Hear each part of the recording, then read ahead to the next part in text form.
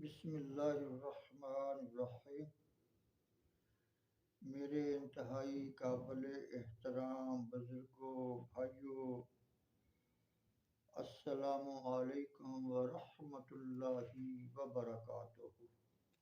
زینت کی سنتیں اور آداب، یہ ہے آج کا ہمارا درس و بیان کا موضوع۔ حدیث پاک کا مفہوم ہے، مدینے کے سلطان نبی آخر الزمان محبوب رحمٰ صلی اللہ علیہ وسلم کا فرمان عالی شان ہے کہ میں نے کچھ لوگ ایسے دیکھے جن کی زبانیں آگ کی کینچیوں سے کاٹی جا رہی تھیں۔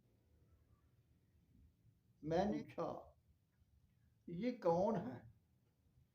تو مجھے بتایا گیا یہ وہ لوگ ہیں جو ناجائز چیزوں سے زینت حاصل کرتے تھے۔ اور میں نے ایک گڑھا بھی دیکھا جس میں سے چیخو پکار کی آوازیں آ رہی تھیں۔ میرے دریافت کرنے پر بتایا گیا یہ وہ عورتیں ہیں جو ناجائز چیزوں کے ذریعے زینت کیا کرتی تھیں۔ پیارے پیارے اسلامی بھائیوں اور پیاری اسلامی بہنوں، ذرا غور تو فرمائیں اور گھبرا کر اللہ تعالیٰ کے حضور فیشن پرستی سے توبہ کر لو۔ دیکھو تو صحیح اللہ تعالیٰ فیشن پرستوں پر کس قدر غضبناک ہوتا ہے، اور ان کے لیے مرنے کے بعد عالم برزخ میں اس نے کیسی کیسی ہولناک سزا رکھی ہے۔ اے دین کا درد رکھنے والو، چند لمحوں کے لیے ذرا آنکھیں بند کر کے تصور تو کرو کہ فیشن پرستوں کا انجام کس قدر بھیانک ہے۔ افسوس کہاں آگ کی خوفناک کینچیاں اور کہاں ہماری کمزور ترین نرم و نازک زبانیں۔ آج اگر زبان میں معمولی سا چھالا بھی پڑ جاتا ہے تو ہمارا چین برباد ہو جاتا ہے۔ اے میرے بھائیوں، یاد رکھیے، داڑھی منڈانا یا کتروا کر ایک مٹھی سے چھوٹی کر دینا یقیناً فرنگی فیشن ہی ہے اور یہ حرام ہے۔ اسی طرح سونے چاندی یا کسی بھی دھات کا لاکٹ یعنی زنجیر وغیرہ پہننا گناہ ہے۔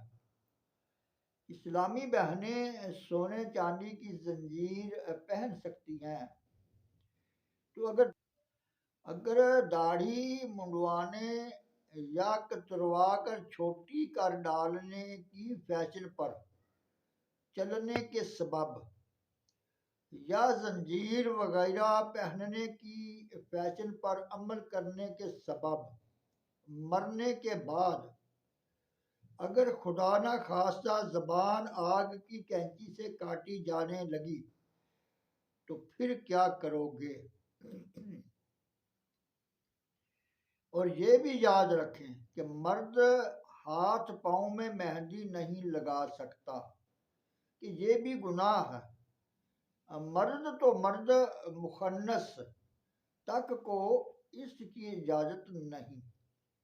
سرکار مدینہ صلی اللہ علیہ وسلم نے ہاتھ پاؤں میں مہندی لگانے والے مخنث کو مدینہ منورہ سے باہر نکلوا دیا تھا۔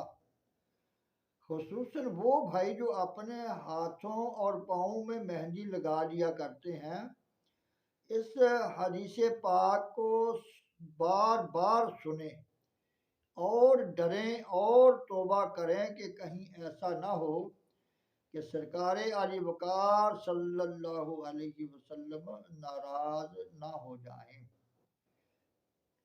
حضرت سیدنا ابو ہریرہ رضی اللہ تعالی عنہ سے مروی ہے کہ مدینے کے تاجدار سرکار عبد قرار صلی اللہ علیہ وسلم کے پاس ایک مخنث یعنی نامرد حاضر کیا گیا، جس نے اپنے ہاتھ اور پاؤں مہندی سے رنگے ہوئے تھے۔ ارشاد فرمایا، اس کا کیا حال ہے، یعنی اس نے کیوں مہندی لگائی ہے؟ لوگوں نے عرض کی، یہ عورتوں کی نقل کرتا ہے۔ ہمارے پیارے مدنی آقا صلی اللہ علیہ وسلم نے حکم فرمایا کہ اسے شہر بدر کر دو، لہذا اس کو شہر بدر کر دیا گیا۔ پیارے اسلامی بھائیوں، غور فرمائیں، مخنث نے عورتوں کی نقل کی یعنی ہاتھ پاؤں میں مہندی لگائی، تو ہمارے مکی مدنی سرکار صلی اللہ علیہ وسلم اس سے کس قدر ناراض ہوئے کہ اسے شہر بدر کر دیا۔ اس مبارک حدیث سے ہمارے وہ بھائی درس عبرت حاصل کریں جو شادی یا عیدین وغیرہ کے موقع پر اپنے ہاتھوں یا انگلیوں پر مہندی لگا لیا کرتے ہیں۔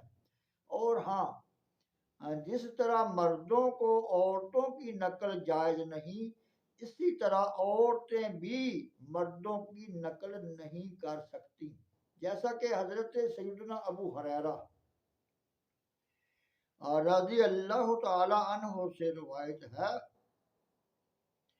کہ تاجدار مدینہ راحت قلب و سینہ صلی اللہ علیہ وسلم نے لعنت فرمائی زنانہ مردوں پر جو عورتوں کی صورت بنائیں، اور مردانی عورتوں پر جو مردوں کی صورت بنائیں، اور جنگل کے لیے اکیلے سوار پر یعنی جو خطرہ ہونے کی حالت میں بھی اکیلا ہی سفر کرے۔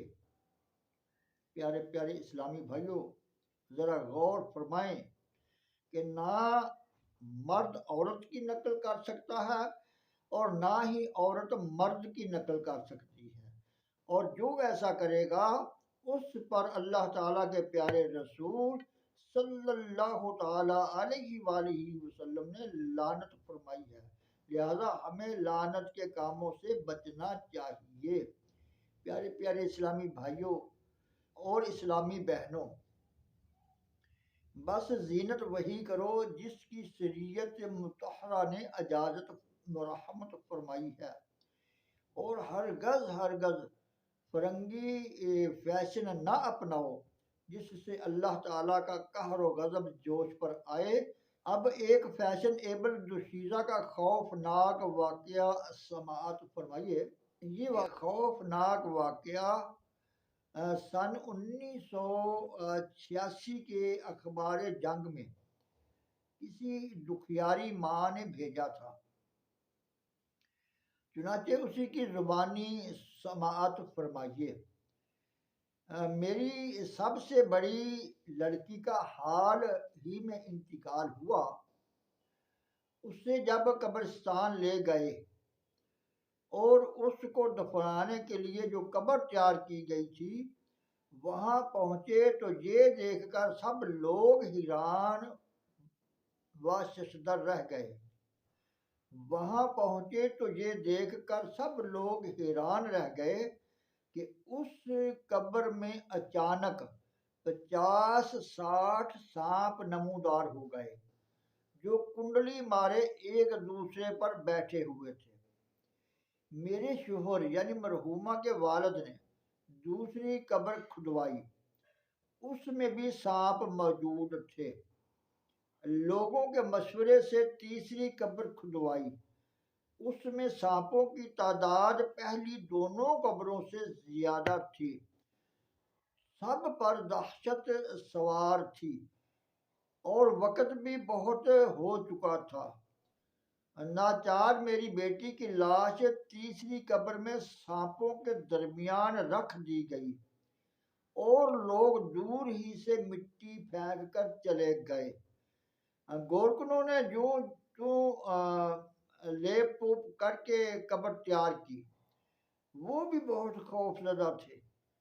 ان کا کہنا تھا کہ ہماری زندگی کا یہ پہلا واقعہ ہے۔ میرے شوہر یعنی مرحومہ کے والد کی حالت گھر آ کر بہت خراب ہو گئی اور وہ خوف کے مارے اپنی گردن بار بار جھٹکتے تھے۔ دکھیاری ماں کا مزید بیان تھا کہ میری بیٹی ویسے تو صوم و صلات یعنی نماز روزہ کی پابند تھی، لیکن وہ فیشن کیا کرتی تھی۔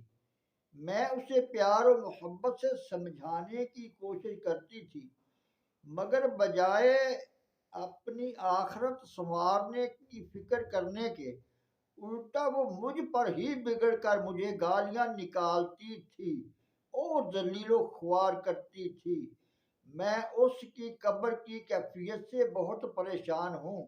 افسوس میری کوئی بات اس کی سمجھ میں نہ آئی۔ مسلمان